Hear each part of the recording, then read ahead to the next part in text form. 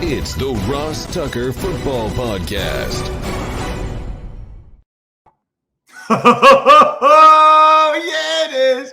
But it's not just any Ross Tucker Football Podcast. It is a Monster Monday that we are recording and dropping on a Sunday night, presented, of course, by DraftKings. It is a new week. I cannot wait to talk with Dr. Carrie Hastings, a sports psychologist, and more importantly, for our purposes, the mental health clinician for the Los Angeles Rams. Man, we have come a long way in a short time as it relates to mental health. I think still have a long way to go, but the teams like the Rams and others that have been at the forefront of hiring people like Dr. Hastings, it has just been fantastic. I'm sure that it's helping the players quite a bit. Quite frankly, I wish we had them when I was a player. It's awesome. Excited about that. Excited about a new Spread the Word winner this week at Ross Tucker NFL, at Ross Tucker Pod. Just engage on any of the social media platforms. New sponsor confirmation email winner. Take advantage of any of our sponsors. Then we also have the YouTube shout out winner that we love, youtube.com/Ross Tucker NFL. Just go ahead, subscribe to that YouTube channel, and then make a comment, and you can win a cameo style shout out that people pay $25 for all the time. You can get it for free, which is awesome. Speaking of free, by the way, you've heard me talk about Fantrax the past 2 weeks, because starting next week, we are going to start to announce the people that are in the season-long league with me and Joe Dolan. You want a season-long fantasy league going against your boy? Well, you got it. Just go to fantrax.com/Ross. Here's the deal, by the way. It's all free. And for me, you can customize it anyway. That means no defense, no kickers. Just for signing up at fantrax.com, you're eligible to win a Devontae Adams signed jersey. Even better, this is crazy. I didn't even know they were doing this till last week.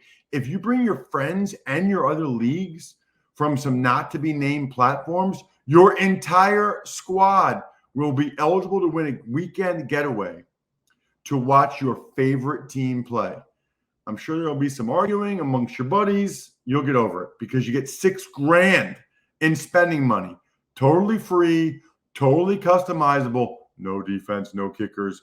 Only at fantrax.com/Ross. That's fantrax.com/Ross. Awesome. Cannot wait to see who signs up this week and gets to go against me and Joe Dolan. We'll be announcing it on the Fantasy Feast. It's Big Show time. The Big Show. As promised, we are now joined by Dr. Carrie Hastings. I don't think the last time I saw Carrie, she was a doctor. I think she got that over the years, which is awesome. Carrie, thanks so much for coming on the show. Thank you for having me. It's an honor and a pleasure, Ross. Yeah, no, it is awesome. I've been wanting to have you on for a long time, really ever since you got the job with the Rams. She's a licensed clinical and sport psychologist and is the mental health clinician for the LA Rams, which is amazing. Mental health is a huge topic. You are right in the middle and the thick of, I don't know if you call it an evolution, a revolution, or what, but it's a good time for people like you to help people like us, all of us.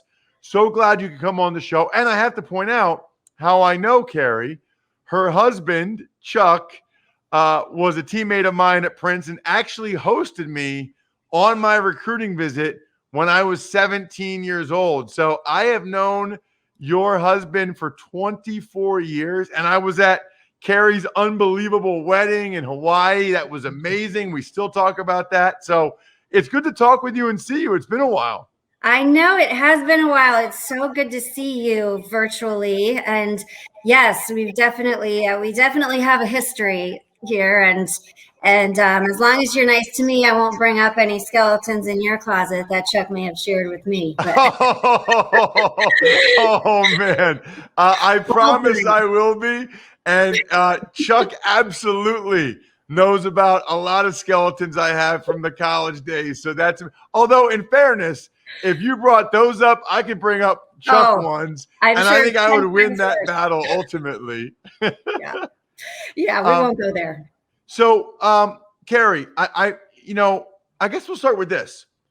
How did you get the Rams job? Like, how did that whole thing start? When they moved out to LA, they did have some overhaul with just needing people in different places, and it was really kind of just starting to be prioritized in the NFL in terms of this total wellness concept and supporting athletes, as a whole person with holistic approaches to coaching and so they were looking for someone to fill that role, and I was a practicing sports psychologist at the time. My office is in the vicinity of where their practice facility is, and so they had heard about me. I'm in my area. I'm kind of the only person who does what I do, and I also specialize in neuropsychological evaluations. So I've got that kind of knowledge when it comes to, concussion protocol and how that intertwines with mental health. And having been an athlete, I've always approached this from both a personal and a professional standpoint in terms of what I've learned along the way, what I could have used but didn't have as an athlete. And so it all just kind of lined up: timing, opportunity, preparedness, location, all of that. And it was a good fit, I think, for both sides. Yeah, absolutely. I've read rave reviews. I've read a story or two that has been written about you out there in California, which is awesome. I think you touched on it, but I'm sure you get asked all the time, what are your duties for the Rams? Because it sounds like it spans a pretty wide spectrum. Yes, and it's grown over the years from when I first started, as it has within the league. I'm proud to say I think the Rams has served as a model for the league in terms of how we've developed our mental health program, our IR protocol, and how we just approach this whole thing. When the CBA was revamped a couple of years ago, I remember that some of the league reps came and did a site visit and were so impressed with how we were managing that total wellness approach that they did take some ideas back and incorporated it into that new protocol, which involved, mandating that every team had some sort of a mental health resource. I, being a sports psychologist, also get to kind of blend my mental health support with performance enhancement. And, I find that they go together automatically anyway. But yeah, so now I'll do anything from, I work with all the rookies and give league mandated rookie trainings to kind of prepare them for the league and help them with that transition. I'll give staff trainings. I remember the year that we went to the Super Bowl, everyone, come end of January, everyone was so fried and just the stress levels were through the roof. So I did just a staff relaxation, educational, workshop with everybody to ground them. And then I most of my time is spent meeting individually with players, sometimes coaches and staff, but mostly players, and working one-on-one with them, typically on a weekly basis. And then, I'll attend some practices and kind of see how things are manifesting, again, both in terms of mental health and performance. And then we go from there. It's interesting, Carrie, because, and I'm sure a lot of guys are similar, but growing up in high school and college, things generally went pretty well, right? Like they went, in my favor for the most part. Then you get to the NFL and it's just not like that. Plus the level of stress and anxiety is more than you've ever experienced before. I can remember, and I've told this story on the show before, we were playing the 49ers. I was in Dallas and it was a critical play, and my guy made the tackle, and we ended up losing the game. And I'd already been cut once in my time in the NFL. So I spent all night watching every sports center, every local news to see whether or not they were blaming me. Mm-hmm. And I was not able to sleep the entire night. I called my girlfriend, who's now my wife, probably 3 or 4 times. I called my parents 3 or 4. I mean, literally, it was almost on the hour. I was freaking out. And, I never really experienced that before. And I guess I look at it like, thank goodness I had those people and I had a really good support system. But I think I know, and we know, there's a bunch of players that don't. And I can imagine it's as valuable as anything for them to just have someone to talk to about what they're feeling. Absolutely. I think that, this is a resource that was never even considered before, and it didn't exist. It wasn't accessible. And guys go through that all the time. And, I just got back from training camp, and it's like the pressure of earning a position, of, battling it out with someone to start or get on that roster. And we've got cuts coming up, anxiety about, who's going to stay, who's going to go. And then when you get into the season, if you make a bad play, is that my fault? Am I being blamed? How do my teammates feel about me? All of those things you're mentioning. And the thing is, that's always been there, but it's finally being talked about, and it's finally being addressed and normalized so that we can then support those players and guide them through it so that they can get back on track sooner. And not feel so culpable and have that just weigh on them for so long. And, it's so important. And now you see it in all different levels of sport, in different sports altogether. We saw it in the Olympics, and people are starting to speak out. And every year that I've been with the Rams, I have worked with more people per season every year. And now I'm starting to see people who come to me when things aren't necessarily wrong and something didn't necessarily go badly, but they want to see me to kind of establish that relationship ahead of time, just in case, or just for maintenance. Some guys I've worked with for years now, and it's the continuity of it that feels reassuring to them and is a comfort that they have that anchor in place.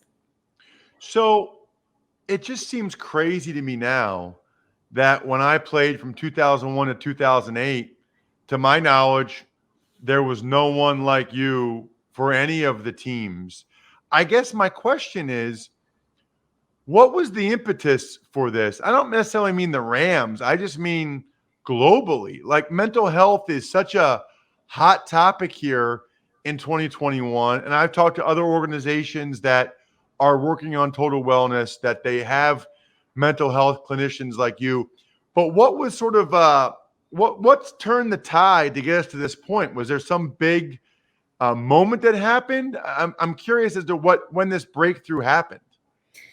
It's such a great question, because it does kind of seem like all of a sudden this is, top stories on the news. This is all of a sudden a priority. And it has happened rather quickly over the past, I think, several years, and things are being put in place. I really think it's from public figures speaking out. I think, you've seen Michael Phelps speaking out between Olympics, not just once he was retired, about, difficulties he's faced along the way. And, and now, Simone Biles now, and so many that are revered for their athletic prowess. And then, it makes younger athletes look at that and say, okay, it's okay to actually be going through something like that, and then to seek support for it. And now I think we're reaching a level where not only is it being perceived as okay and not taboo, but it's encouraged. And hey, wait a second, that can actually make me a better athlete. That can make me thrive and bring out the best in me. And so now it's actually being sought out. And you mentioned those articles that you read about my work, but that came from the players. I'm not even allowed to talk about that. And I was so proud that now we're starting to see leaders in sport talk about how this total wellness support is benefiting them as a whole person, not just as an athlete, and then how they can bring it onto the field, onto the court. And that's, I think, what we need to have more of as we continue, is just having it advocated for from the top down. And I always say this to our team, but, making it cool for athletes, especially where, there's such a message of being tough and, sticking it out and really diffusing that mindset of, if you have mental health issues, that's a form of weakness. Yeah, it's totally changed. And you hinted at it earlier, but you were a high-level athlete. I mean, you're a recruited athlete to Notre Dame. I want to say sprinter and hurdles. Is that right? You got it. Yeah. Okay. So I guess my question there, Carrie, is how much does that help you? I mean, I can't imagine that most of the sports psychologists were athletes. Does that help you relate to what they're going through? Having been an athlete helps me so much all the time. And I didn't have a sports psychologist. We didn't have one at Notre Dame when I was there. I was a very anxious athlete every meet and about a lot of things. I lacked confidence. When I look back, and if I knew then what I know now, boy, I could really apply a lot of things. Now they do. And now most, especially the more big time athletic schools, have at least one sports psychologist on staff. Some, like USC, has developed a whole sports psychology focused program. And so, we're seeing it now at levels, collegiate levels. I would love to see it start to enter the high school scene as well. Young adulthood is such a prime time for the manifestation of mental illness. And, I love, though, that often I'll have rookies come to me now and say, yeah, can we set up a regular time? I worked with a sports psychologist in college and I just kind of want to keep up with it. And that's so great to hear, because you never heard that before. But now, because so many of the collegiate settings have that in place, athletes who go pro want that continuity. But for sure, I mean, whether I suffered a season-ending injury my junior year, and so working with injured guys, I can definitely relate on some level to those feelings of helplessness and frustration and having to be patient with what seems like an endless time period before you're back to playing form.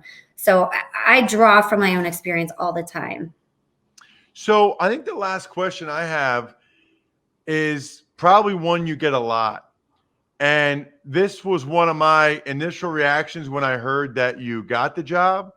And quite frankly, when I heard all of these teams were having team psychologists, mental health clinicians, there's not a lot of trust for players when it comes to management, to the point where a lot of times you might have a hometown trainer or a hometown doctor that you go to for second opinions, or if something's bothering you, you go to instead of the team because you don't want to tell the team because they're going to hold it against you.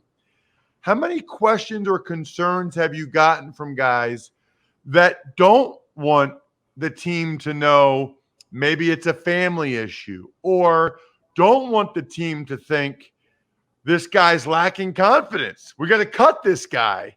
I guess I'm curious about that dynamic, and I'm sure you've had at least a player or two that has questioned you or called you out on it. Trust is such a big thing, and it can get kind of tricky. And I emphasize that right off the bat and continually, that anyone's work with me is confidential.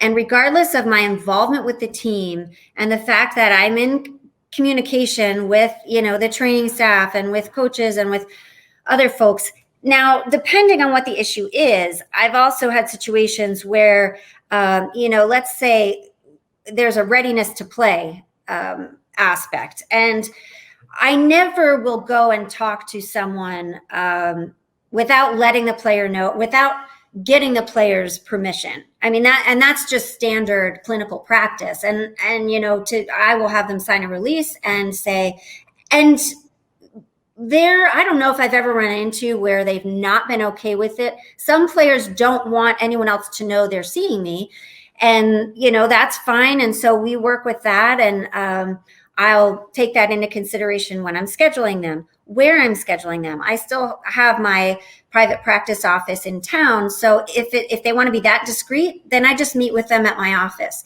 But I don't want there to be any barriers to a player getting support. And often it comes up, sometimes there's conflict within the team or disagreements between coach and player, or that's fine. And I reassure them that that's not going to get back to anyone. It's not going to interfere with their playing status, not from me anyway. It can get a little tricky when, especially like if you're dealing with injury or I'm working with the training staff and even if they've sent the person to me, then sometimes they want to know, how are they doing? Where do we stand here with them? And that's where it's just open that, I clear it with the player first, have them sign something so that I can talk to those folks. But I definitely, probably more than anything, prioritize that confidentiality piece so they know it's a safe and secure place. Can't wait, Carrie, to hear and see the listener reaction to this.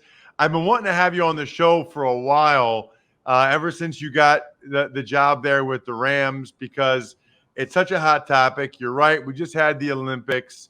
We're getting into the grind of final cuts and starting jobs and all of that. For people that want to know more about Dr. Hastings, Carrie, and what she's doing, drcarriehastings.com, Carrie, Hastings.com. drcarriehastings.com. I'm sure people will check out the website, Carrie, just to see more about it. I mean, you probably didn't even know when you got into it that you were going to be at the forefront of something huge. I think you did it just because you liked it and you wanted to do it. Now it's turned out to be this huge thing. Yes, that's so true. I really just kind of, like I said, from my own personal experience, I've always been interested in sports and working with athletes, and I love psychology, and the two worlds I kind of was able to put together. But all of a sudden, here I am in the NFL, and yes, and shaping the views of mental health within athletics. So I'm very blessed, and I love my job. Thank you so much for coming on the show. Really appreciate it. Thank you so much for having me. It's so good to see you. Say hi to your girls. I will. Likewise. Well, I knew Dr. Carrie Hastings would be awesome. I also knew when I finally got my shorts and workout shirt from 10,000 that it would be amazing. 7-inch interval short with the liner, versatile shirt. Got them last week. I was riding my bike wearing them this week, and I had the Raycon earbuds in, had my 10,000 shirt on, my 10,000 shorts on, lightweight, breathable, durable. Here's what's crazy about the 10,000 shorts. I wear them for my 50-minute bike ride, and I'm like sprinting, I'm sweating. Then I go right to the beach with them, right to the beach. My brother-in-law and sister-in-law call them my All-Americans because they're great for everything. Spinning, short runs, interval training, super lightweight, running, yoga, mobile. It's insane. You guys got to get these 10,000 shirts. 10,000 or in shorts. The shirts, awesome. The shorts, amazing. 10,000 offering our listeners, that's you, 15% off your purchase. Go to 10,000.cc and enter code Ross Tucker to receive 15% off your purchase. So interesting website here. Make sure you make note of it. 10,000.cc and enter code Ross Tucker, my full name. Tuck's Takes. Hey, Ross, a lot to get to since we spoke back on Thursday morning, I think. We'll start with the interaction between Deshaun Watson and the reporters in Houston late last week. Yeah, not good for him, man. I mean, Deshaun Watson's coming off the field, and he says to the reporters, "Why are you guys filming me? It's the same thing every day." Hey, Deshaun, probably just in case you interact and say something that makes no sense whatsoever, like you just did. You're kind of a franchise quarterback that demanded a trade and is about to get indicted by a grand jury. Yeah, they're going to film you. This was not a smart move by Deshaun. Very interesting that he did this. I don't understand why he did it. And I would just say, I don't get into the guilty, not guilty. I don't know enough about that stuff. I do know he's not quite the guy I thought he was based on some of the things that have happened over the last 6 months. Tuck's Takes. Had a trade take place during your game on Thursday night. Steelers traded a 6th-round pick to the Jags for linebacker Joe Schobert. Yeah, it's funny, Bri, because it happened during the Steelers-Eagles game Thursday night, but I'm not going to announce that. Number one, I'm doing the Eagles broadcast. Number two, I need somebody to verify it. I can't be the one telling thousands of people about a trade. I need that to be confirmed by the teams involved, and it wasn't that night, so I didn't say anything.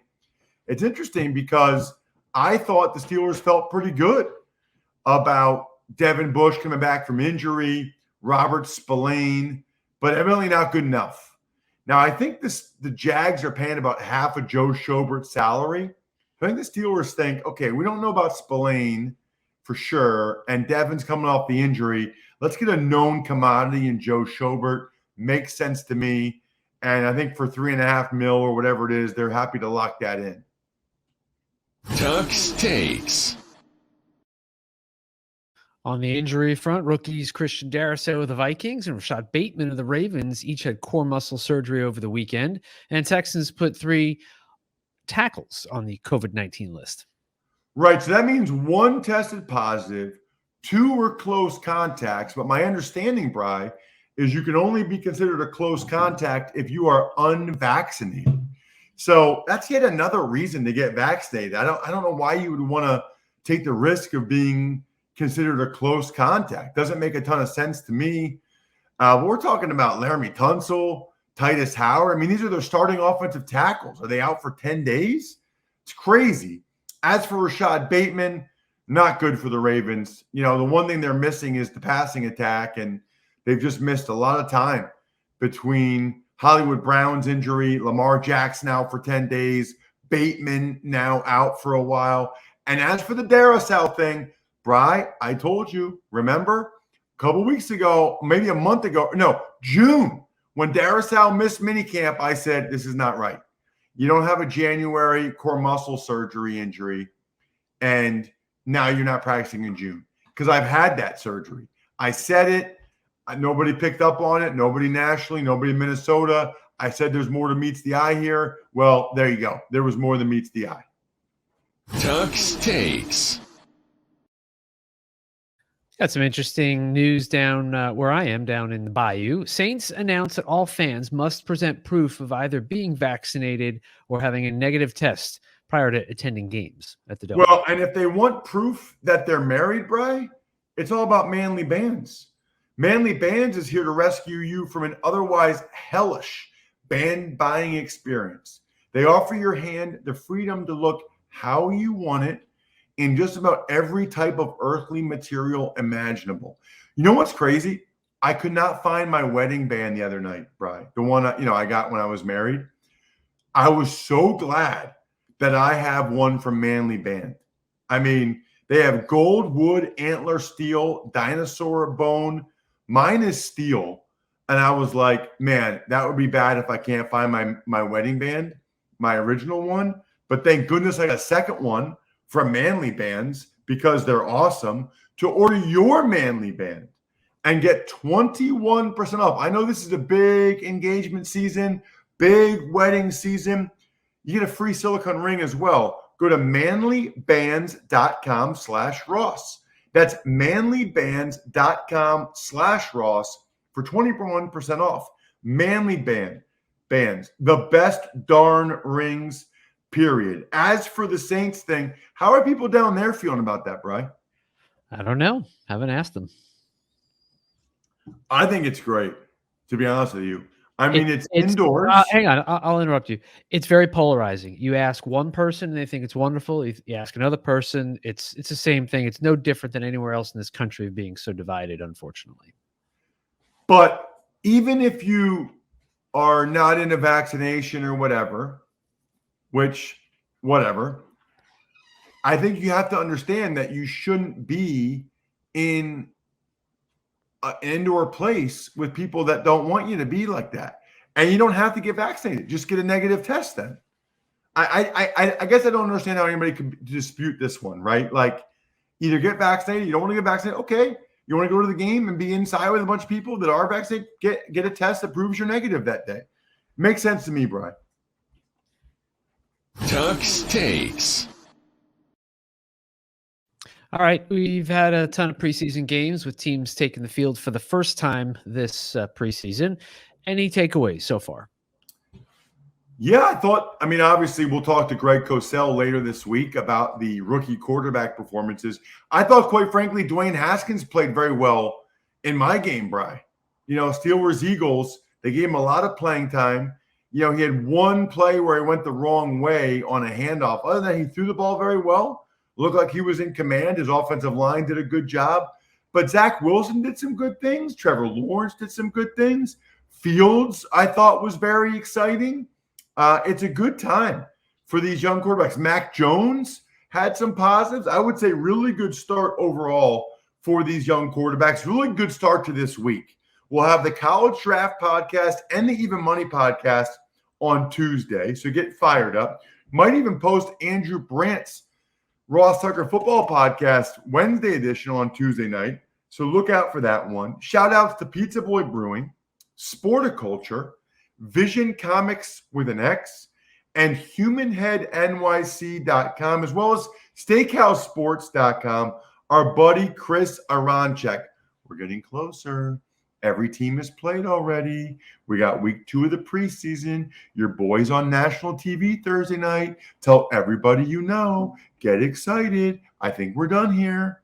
Thanks for listening to the Ross Tucker Football Podcast. Make sure to also subscribe to the Fantasy Feast, Even Money, Business of Sports, and College Draft. All available at Apple Podcasts, rosstucker.com, or wherever podcasts can be found. A lot of times on the show, I mentioned DraftKings. Here's what you need to know. You got to be 21 or older, New Jersey, Indiana, or Pennsylvania only. New customers only. Restrictions apply. See DraftKings.com/sportsbook for details. Gambling problem, call 1-800-GAMBLER, or in Indiana, 1-800-9-WITH-IT. By the way, if what I was talking about included a deposit bonus, doesn't always, sometimes it does.